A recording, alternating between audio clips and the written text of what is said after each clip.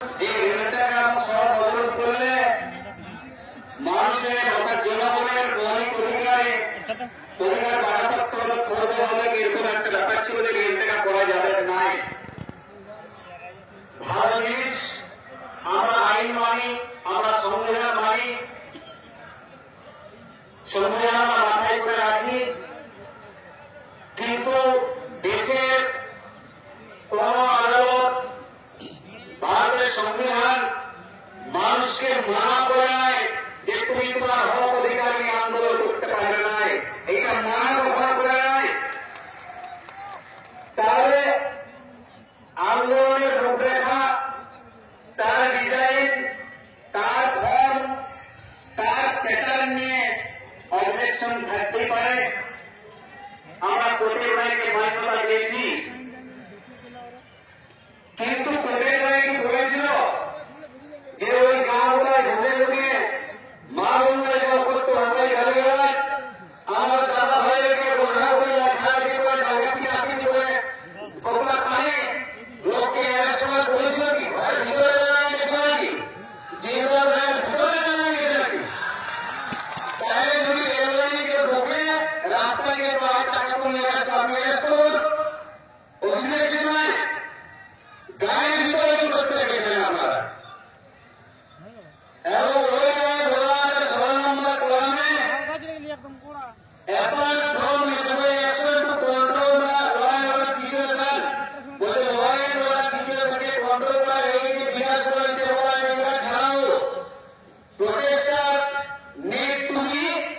sensitized, বলে যারা প্রতিবাদ করছে বা নিজেরা আন্দোলন করছে ওদেরকে বোঝাতে হবে আন্দোলনের ফল কি, আন্দোলন করলে কি হবে না হবে বোঝাতে হবে, সহানুভূতির সঙ্গে তারা চর্চা নিয়ে বিবেচনা করতে হবে। এটা এডমিনিস্ট্রেটর দায়িত্ব ছিল এবং রাজ্য সরকার কেন্দ্র সরকার প্রত্যেকটা দপ্তরে প্রায় 2 মাস দেওয়া হয় চিঠি রাখো কোন কোনো পর্যন্ত প্রয়োজন মনে নাই লোহা করলে নাকি কুমিরকে নাকি বসে আলোচনা মুখে জানতে কোনো করে নাই তো তাহলে দেখে নেই বলছে সরকার বলে দিল্লি তুমি দেখে নেই এবং একটু শুনে দিবেন রোয়াটিতে রাইট হলাম তোর ভাই আমরা যাবো তো এদিকে আমাদের করতে রাখে করেছিলেন আপনারা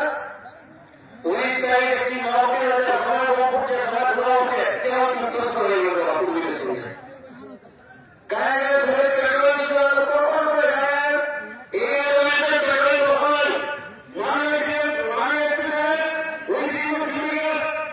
আইনে তো সময় কখন পেট্রোল লাগে কখন এদিকে পেট্রোল না হাই ক্রাইম এরিয়া এক নম্বর ক্রাইটেরিয়া হচ্ছে হাই ক্রাইম এরিয়া, 2 নম্বর টেন্ডার আরেস্ট, 3 নম্বর ভাগ অপারেশন হিসেবে, 4 নম্বর ক্রিয়েটিভিটি, 5 নম্বর কমিউনিটি এনগেজমেন্ট। তার বিহেভ করতে গিয়ে সব purpose issue prevent right public safety and to establish trust between law enforcement and community. তো একটা পুলিশ মন্ত্রী যিনি তাকে বলতে গেছেন কাজ আপনি বিশ্বাস করতে গেছেন পুলিশের সঙ্গে তার বিশ্বাসটা কি ভালো গেছে? বিশ্বাস কি রাখতে পারছেন না? আপনি আমাদের নবান্ন একে উত্তরে পড়েন আর বলেন আর আন্দোলন খাওয়ান আর বিভাগের লোককে আপনি হাত করেন এই চলতে পারেন না বন্ধু এই বিশ্বাস করতে হবে। All that freedom is your goal. हर जवाबदारी की सवारी होते हर गाय की कल्याणी होते तो उसी का बसता है जिसको देश को बसने का पहचान नहीं होते हमारे शत्रु के मित्र के आज के जीवन में आज के जीवन में देश पुलिस के पहुंचे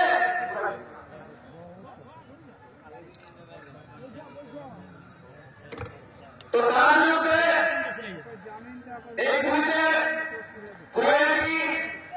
এমন হচ্ছে এক্সেসিভ ফোর্সেস ইনভেস্টিগেটিভ করে